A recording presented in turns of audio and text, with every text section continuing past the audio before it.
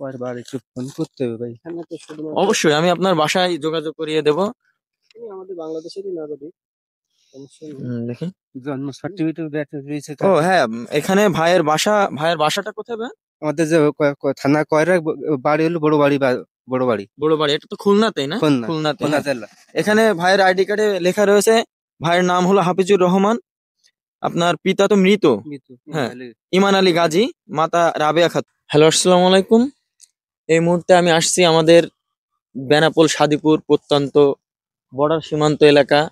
এটা আমরা অনেকেই আপনার বাংলাদেশ ভারত মাঠ বা সাদিপুরের যে মাঠটা বলে আমরা বেনাপোল স্থানীয়বাসী যারা জেনে থাকি।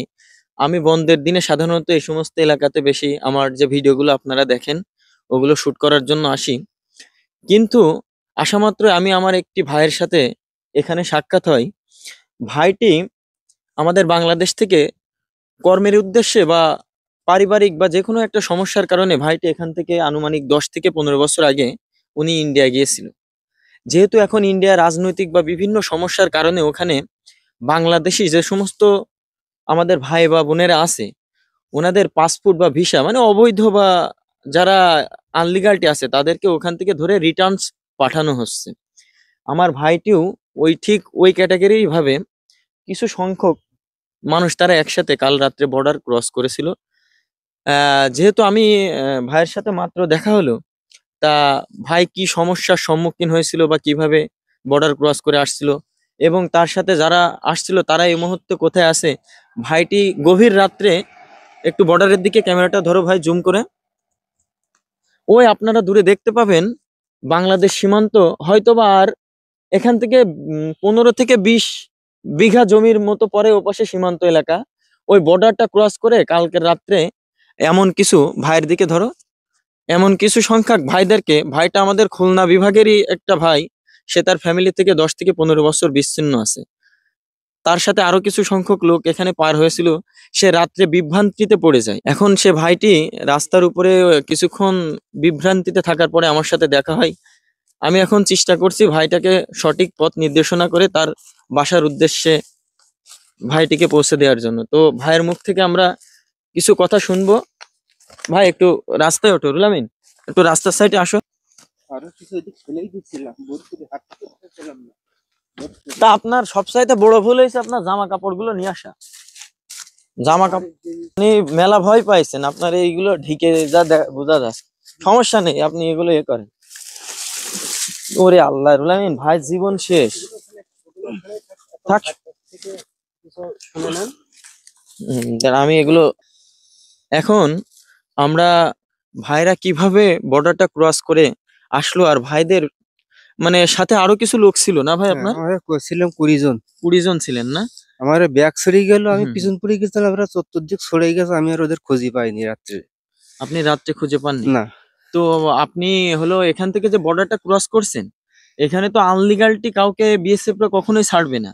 তো আপনাদের কোনো ডকুমেন্টস বা কিছু কি দিয়েছিল ওপাশ থেকে? আমাদের ছিল বাংলা বাং- বাং- বাংলাদেশে ছিল ডকুমেন্টস, ভোটার কার্ড। হুম হুম। ওই বাড়ির থেকে নিয়েছিলাম ফোনের মাধ্যমে, নিয়ে ফটোকপি বের করে দিয়েছিলাম ওদের কাছে। এক কপি আর এক কপি দিছিল ওরা আমাদের কাছে। ও জি, বুঝতে পারছি। যে তার মানে আমাদের কোনো ভালোভাবে ওরা পার করতে বলে এইভাবে চলে যাও। তার মানে আপনারা আপনাদের বাসাইতে যোগাযোগ করে আপনাদের এনআইডি কার্ডের কপিটা ফোনের মাধ্যমে নিয়েছিলেন। আমরা নিজে পরবর্তীতে ওনাদের কাছে দেওয়ার পরে ওনারা ওইটার কপি রেখে আপনাকে এক পিস কপি দিয়ে রিটার্নস করে দিছে। দিছি। ও আচ্ছা, ঠিক আছে। আপনার কাছে কি আছে আইডি কার্ডের কপিটা? হ্যাঁ। দেখি একটু। রুলামিন একটু দেখো তো ভাইয়ের ঠিকানাটা ঠিকভাবে পাওয়া যায় নাকি। এখন যেহেতু ভাই আমাদের সাথে দেখা হয়েছে, ইনশাল্লাহ আমরা দায়িত্বের সাথে ভাইকে পৌঁছে দেওয়ার চেষ্টা করব। বারবার একটু ফোন করতে হবে ভাই। এখানে তো শুধুমাত্র অবশ্যই আমি আপনার বাসায় যোগাযোগ করিয়ে দেব। তিনি আমাদের বাংলাদেশেরই নাগরিক, সমস্যা নেই। দেখি। জন্ম সার্টিফিকেট রয়েছে ও তার। হ্যাঁ, এখানে ভাইয়ের বাসাটা কোথায় ভাই?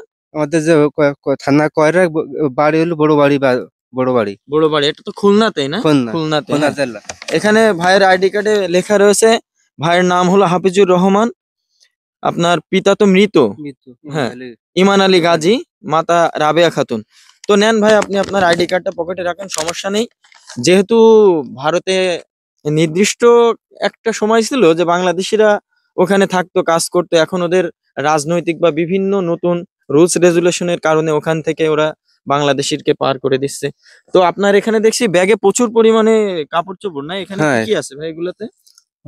এই বাড়ির সংসারে কাপড় চোপড়, বাচ্চা কাচ্চা, বুঝতে পারছি, এগুলো তো মার। অনেক ভারী। হ্যাঁ, আপনি মানে ভয়ে, মানুষের ভয়ে যে রাত্রে যেহেতু পার হয়েছেন, সেক্ষেত্রে আপনি ভয়ে আপনার জিনিসপত্রগুলো এগুলো এগুলো ঢেকে রাখছেন, তাই না? হ্যাঁ, রাস্তাখানে ঢেকে রাখছি।